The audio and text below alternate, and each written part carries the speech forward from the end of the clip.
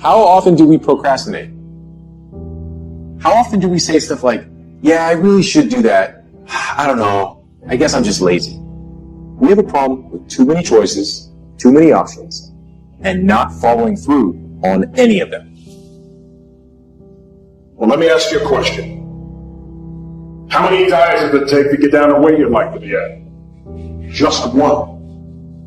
The one you stick with. How many times you have to reorganize your office, your desk, your approach to your business, your profession, before you begin to see some of the results you'd like to see? Just one. The one you commit to and stick with. Dennis, when I tell you I'm going to do something, I'm going to do it. You don't start things and not finish. You don't quit. There's nothing that comes out of quitting besides knowing that you didn't finish. We finish everything. You start it, finish it. When I pick it up and say I'm going to start it, you got to finish it. It all don't work. It all ain't the best. It all ain't knocked out the park. But I walk away saying I finished it. I did it. I don't ever feel like I'm losing because I won't give up. And if you don't win, you're upset and you feel like you win. So when it's all said and done and I look back, I can go, I gave it 100% and look at how good I got. Look at what I'm a product of. Don't try. Do. Forget about trying. Forget about making an attempt. Forget about testing it out. Although you may not end up in the profession or in the area that you're starting out, you don't want to go halfway. You don't want to just dip your toe in. You want to jump in hard. Do not try. Do. Go hard. It requires a tremendous amount of courage to say, I'm going to give this thing a chance. I'm going to give it my all. And if it doesn't work out, that's okay. But I know that I tried my best. Where are the warriors that say, I'm going to make a decision and I'm keeping it? Go deep into all these things that you love, 100%. Devote yourself to something bigger. Be decisive about what you're going to do. Say, I'm going to do it, and that's it. And be disciplined about getting it done every single day, whether you like it or not.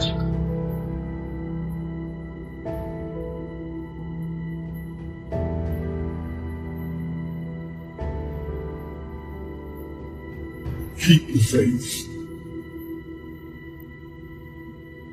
Keep the faith. I'm going to stay in the race. I'm going to keep the faith. You ain't going to make me mad enough to get out the race. No. I'm not going to get tired enough to get out the race. He's done so much for me. How do you keep the faith? How do you keep your head above water? How do you march against the tide? How do you stand up when everybody around you seems to be falling down?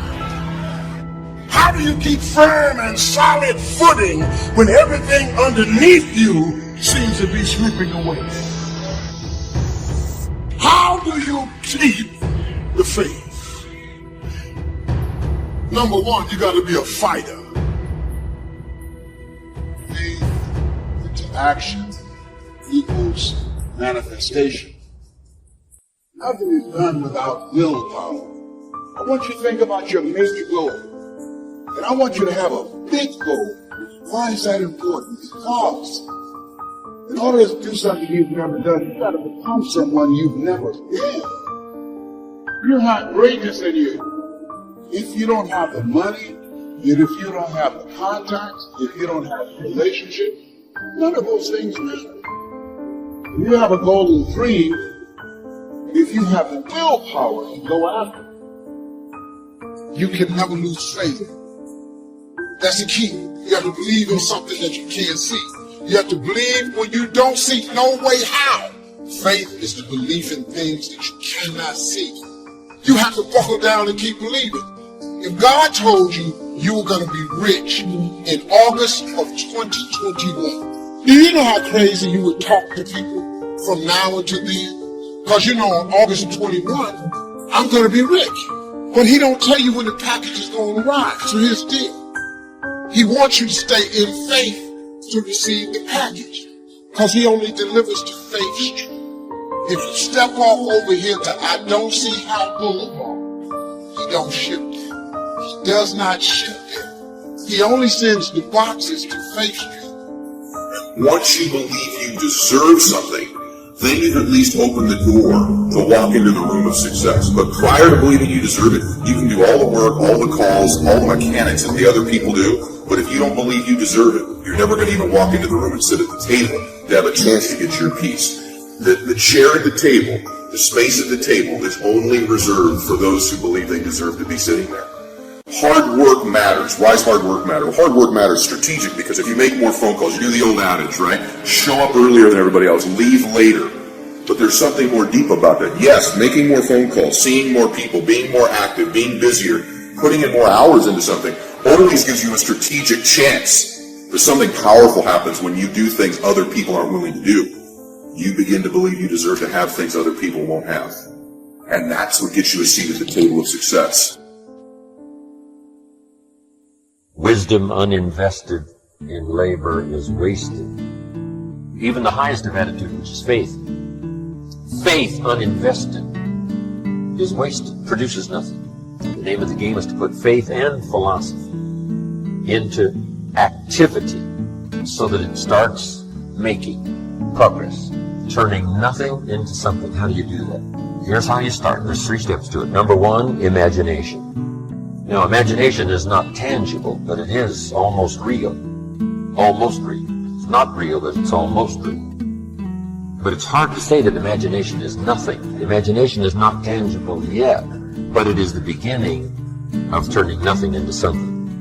And so, as a result of developing the faith, I expand my vision of doing things beyond my comfort zone. So expand your vision. There are more millionaires have been created last year than any other time in history. It's easier now to create wealth than ever before in our economy.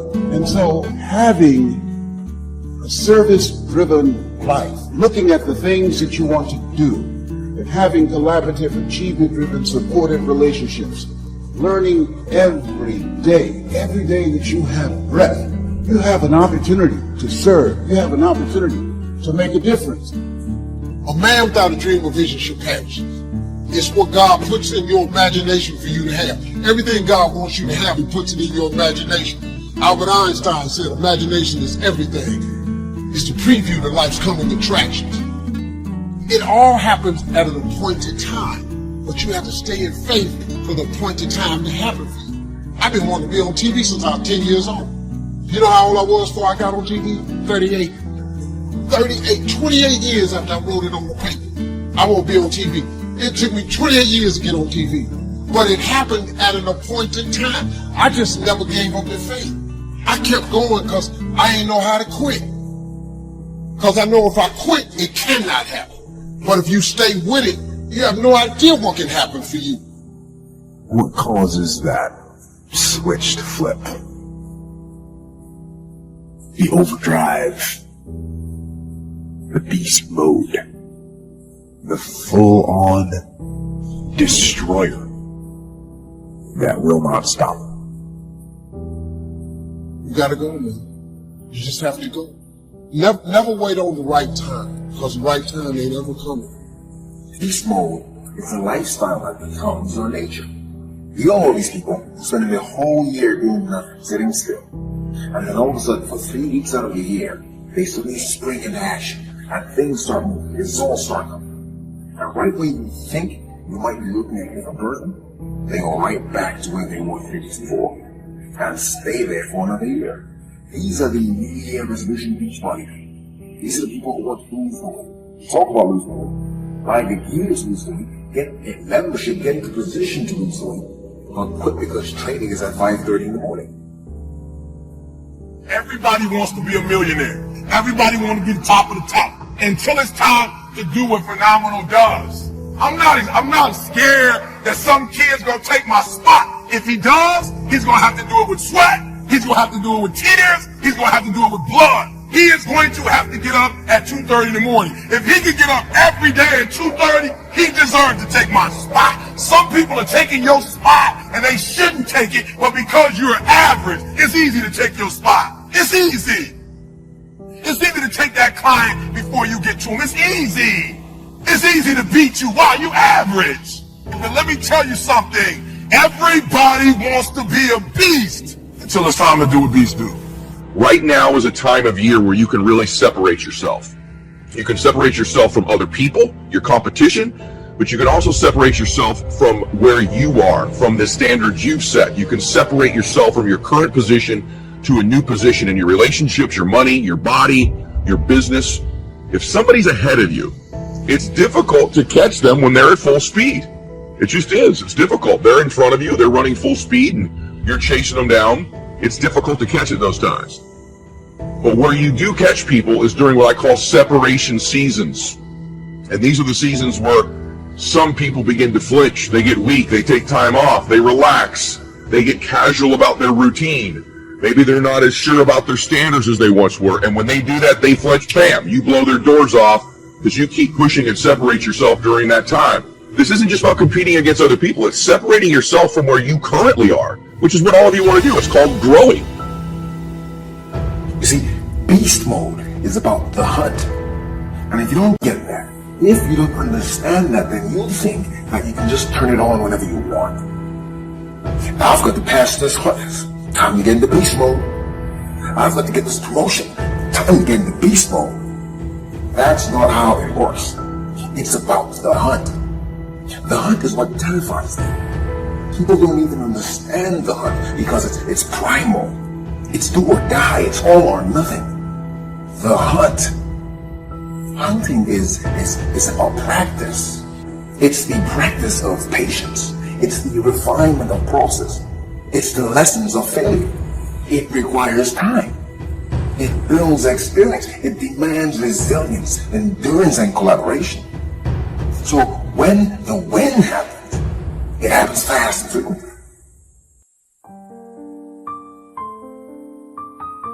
Why is it you give someone everything?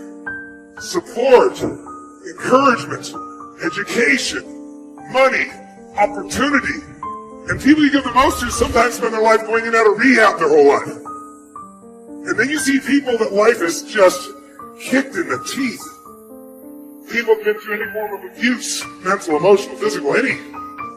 People that had no opportunity somehow developed the one factor that will separate you from all those people that talk a good game and make you one of the few who do. It's called hunger.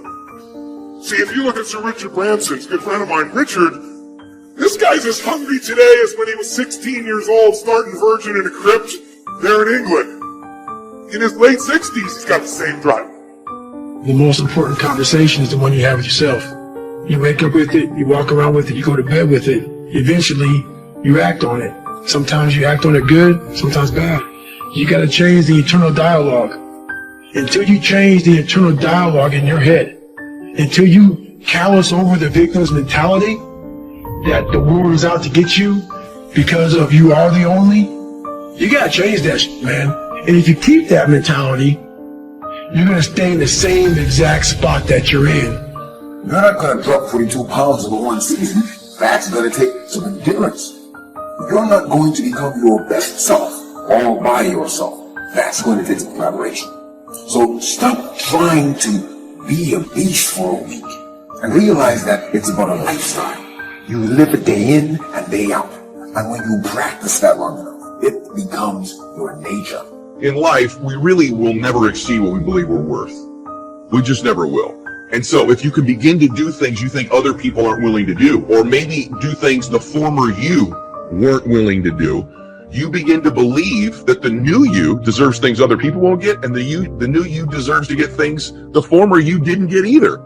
And so this is why this season is so critical. And I've stacked up maybe 30 straight separation seasons. There's other ones. There's summertime, right? There's times like that. But right now is the big one. You all know what I'm talking about, right? Everyone gets kind of casual. Everyone slows down.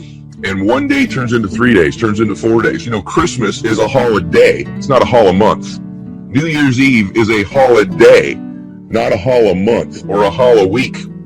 But people keep taking these hollow weeks and hollow months this time of year, and it's when you get them. It's when you get the former you. It's when this new version of you emerges. And so take advantage of this season. It's the greatest of all seasons. And I can tell you it's one of the reasons why, if I do have some good things going on in my life, is I separated during this time. I separated from the old me, and I separated from my competition. It takes both emotion and logic for you to reach your maximum potential, to really give everything you have and go beyond your limits. So when it doesn't make sense, logical sense to go on, that's when you got to use your emotion. That's when you got to use that anger, that frustration, that fear. Push yourself harder. To push yourself to say, I don't stop. So you fight the weak emotions with the power of logic. And you fight the weakness of logic with the power of emotions. And in the balance of those two, that's where you find the strength and the tenacity and the guts to say to yourself, I don't stop. It's a dogfight of skills and talents and luck and faith and circumstance and blessing and all that stuff. But just to get to the table, to get into the room, you have to believe you deserve to be there. The hard work part plays into shifting your identity. That over time, not even that long a period of time, when you're doing the things others are unwilling to do, you begin quietly to begin to believe that, oh, I deserve to be rewarded in ways these other people aren't going to be rewarded because I'm doing the things others won't do. And so the fastest way to change your identity, to change our belief, is just to flat get to work, to flat get there earlier, to flat leave later, to just make more calls, see more people, be more relentless, just pour ourselves into the work, because actually the hard work can in reverse impact our identity.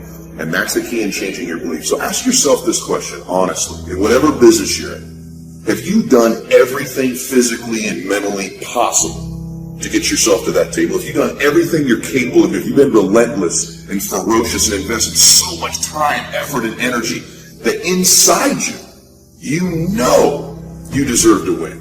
Or if you held something in reserve, if you've not really given it your best, if you kind of hope to get a little bit luckier, well, it's that little bit of reserve you hold back that will ultimately keep you from sitting at the table of success. How do we start to strengthen our belief in that what we imagine is possible to turn it into reality? And there's 3 ways. One is to believe your own testimony. If you've done it before, why couldn't you do it again? If you've done it once, couldn't you do it the second time? Why not believe in your own testimony? I was rich by age 31 and broke by age 33. You know, I lost the money, but I didn't lose the skills. And that's what's important about personal development. You can lose the money, but not the skills, so who cares about the money? Unless it's getting late, right? And you're like 90, and you know, it's a little difficult to go back to the streets, but hey, once you've got the skills, you own the skills. So we start with imagination, which is almost real. I mean, it's not real yet. It's not tangible yet, but it's almost real. Now we move to faith to believe that what we imagine is possible. So we study our own testimony. If we've done it before, we can do it again. Here's what else we study. Other testimonials of somebody who did it. Somebody that built a hotel said, yes, I started with some plans and finally believed it was possible, and here it is. You say, well, if it's possible for one, it's possible for another. In fact, sometimes when we hear the testimonial, here's how they finished. If I can do it, how they finished, you can do it. See, that's a classic testimonial that gives us now what we call faith. Faith is generated by what we hear, the vocabulary of what we hear, the vocabulary of what we read. That generates faith, to believe that it's possible. Now, faith is not reality. You can't say faith is nothing because it affects. It's like radiation. To us, it's nothing because it can't be seen. But radiation is so powerful it can kill you. Right? You can't see it, but it has an incredible effect. And that's true of faith. Faith can't be seen, but it has an incredible effect on your attitude, on your behavior, on your disciplines, on your work for the day, and all the rest. So faith is tangible in that sense, that it affects the emotions, it affects the drive. It's called the unseen magic. But now here's what we do with faith and imagination. We deposit it in disciplines and activity. Imagination, without the activity to translate it into reality, serves no purpose.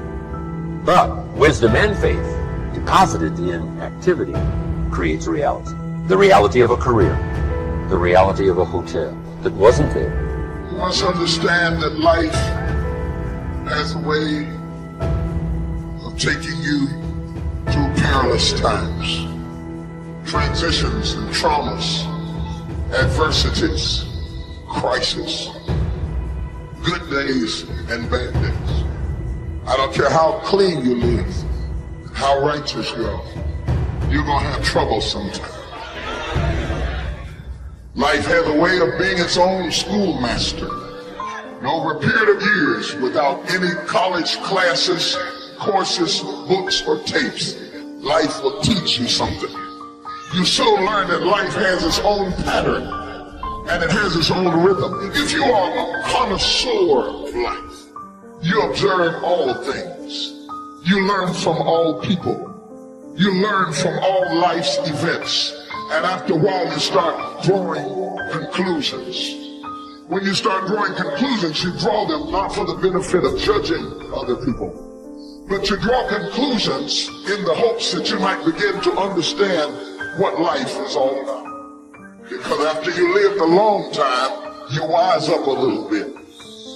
Just by virtue of staying here on the planet, of surviving good days and bad days, of seeing the sequence of life.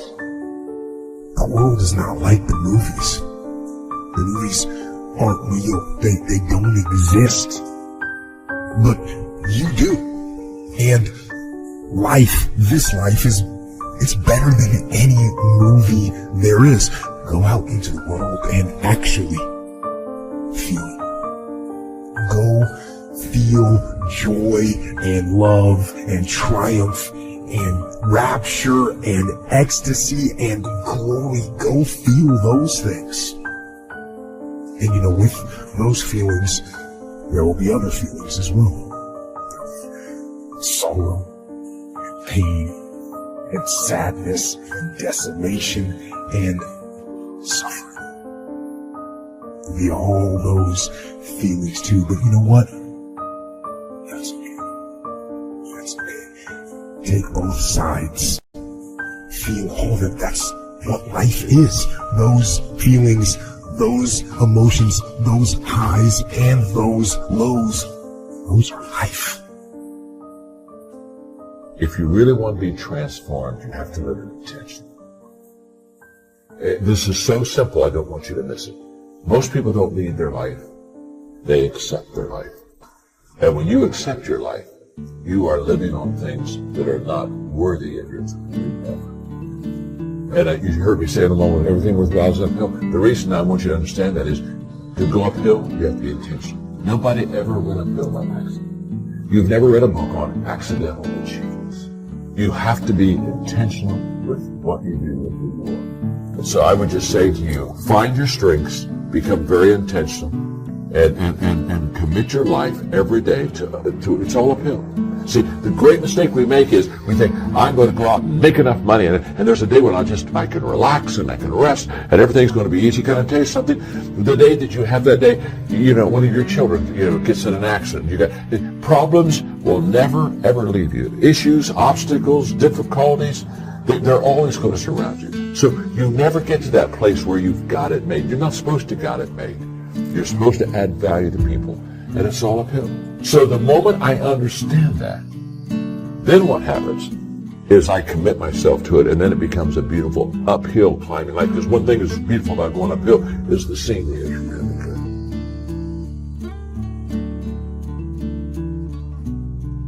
good. See, if you wake up every day and you say you're not a morning person, you're doing a serious disservice to yourself. Because your attitude determines your altitude.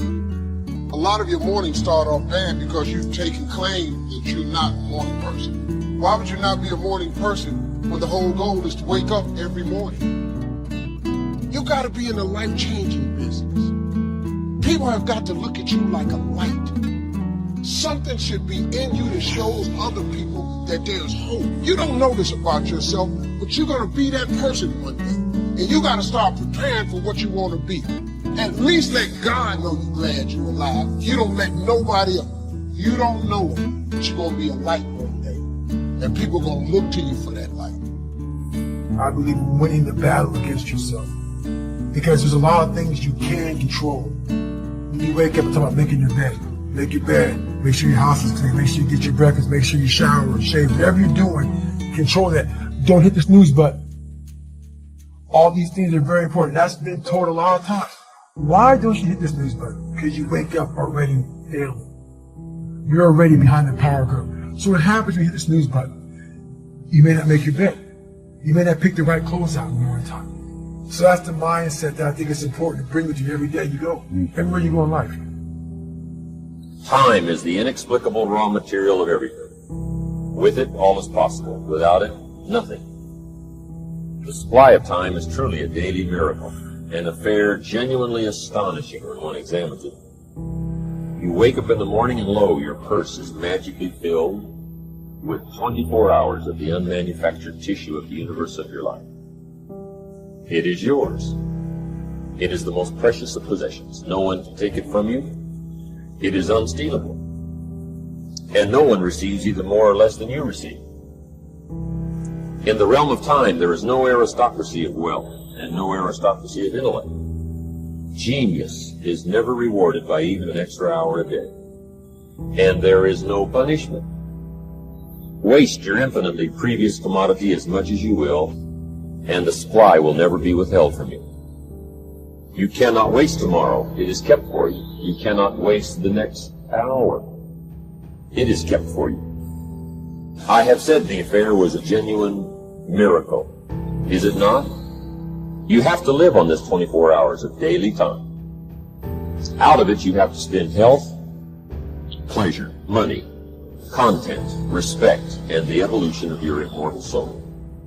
Its right use, its most effective use, is a matter of the highest urgency and of the most thrilling actuality. All depends on that. Your happiness, the elusive prize that you are all clutching for, my friends, depends on that. How do you have time for anything? How do you have time to dink around on Facebook? How do you have time to watch hours and hours of TV? How do you have time to do anything? It's simply because that's where you put the priority. So don't tell yourself you don't have time. Just say it's not important. And maybe it isn't, and that's okay. But if it is, make the time to get it done.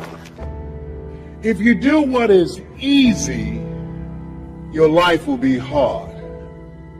Complain, point at your circumstances, give up your power, blame the government. If you do what is easy, your life will be hard. But if you do what is hard, your life will be easy. It's hard to make a radical change in your behavior. It's hard to take ownership. It's hard to swallow the bitter pill that wherever you find yourself, at some point in time, you made an appointment to be there. That's hard. Remember how you had a job interview for a job? We've had several of them in our lives. What did you do the night before that job, weeks before the job interview? Then you had it. You prepared you had a bowl out for your oatmeal, your cereal, whatever you had in the morning time. Your coffee cup was out. Your clothes were laid out. You studied, you rehearsed, you were ready. You brought your best self. You were going to war with yourself because you wanted that interviewer to see your best self. You won. You got the job. After a few months in that job, you look around. I got the job. You start to back off. The clothes aren't out. Hit the snooze button. You don't get up on time anymore. You realize that you can still have this job and not be your best self. The interview you is gone. You have your job, but the interview is gone. So winning the battle in the morning time is just that. It's that you wake up in the morning time and you own all this stuff. Because once you leave your house, the world then gets at you. And that's why I believe in not getting up in the morning time and checking your phone immediately. Everybody does that. They get up, the first thing they do is grab the phone, look at the phone. Maybe bad news on there. So how's your day start off? I don't go to the gym. You're caught up now on that phone. That's how your day starts. You lost control. So once you win that battle in the morning time, then once you go out, now you've won. You go outside your house, you may lose your job, you may have a bad hit, but you won something. So you're going into battle having already won something. Having already won. So then, if you hit this snooze button, you go out, you're just defeated already. You're behind the power curve. Now you've won something. You feel better about yourself. So now you're able to take these hits along the way. Well, we all know sleep is really good for you. In fact, I cheat myself because if I could sleep a little longer, I would probably be better, because all medical science tells you that how important, 7-8 hours of sleep is for each person. What I want to say to you is, when you wake up. Don't sleep during the day. Don't get a little bit unconscious and let life pass you. Be intentional. Go for it. Be in the moment. Be alert. Be aware. Seize the time. We don't have much of it. I guess what I'm really saying is, when you're awake, stay awake. Then when you sleep, it's a little bit more legal.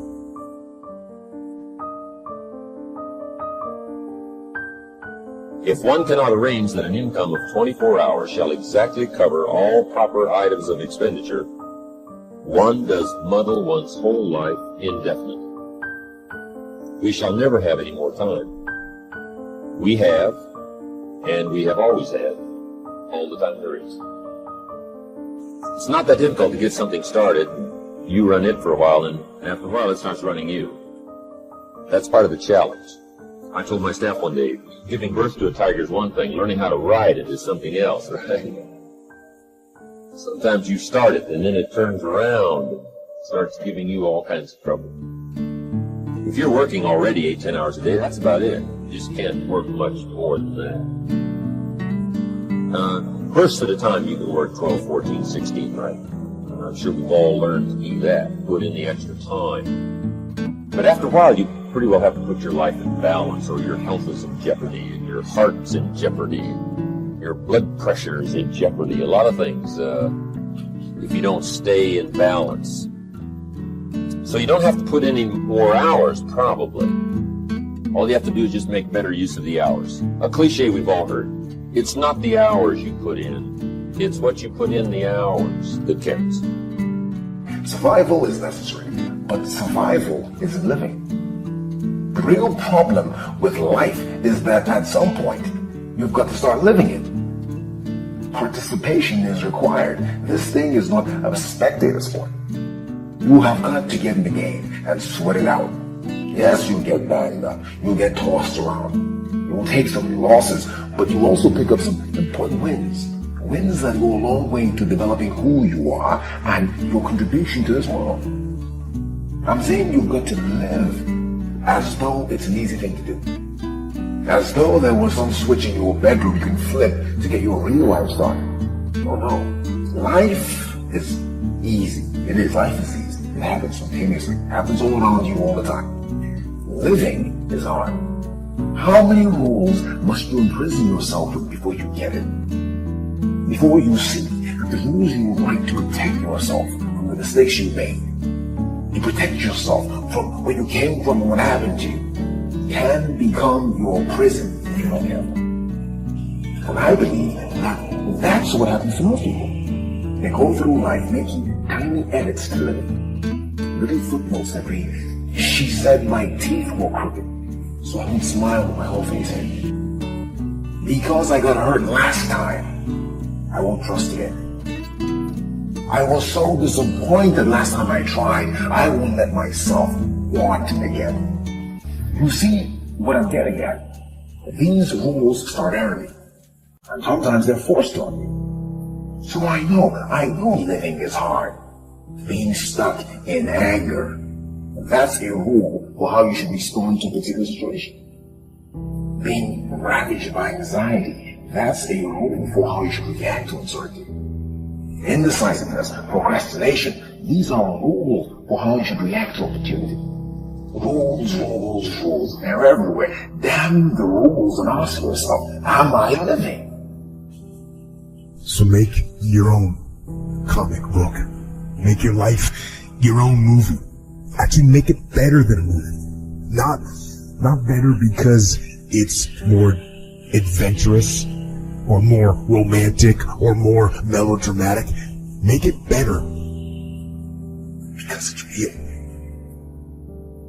So go out there, move toward the light, and live. It's real, so it is better. And you know what? Real comes with some downsides. Real comes with some darkness.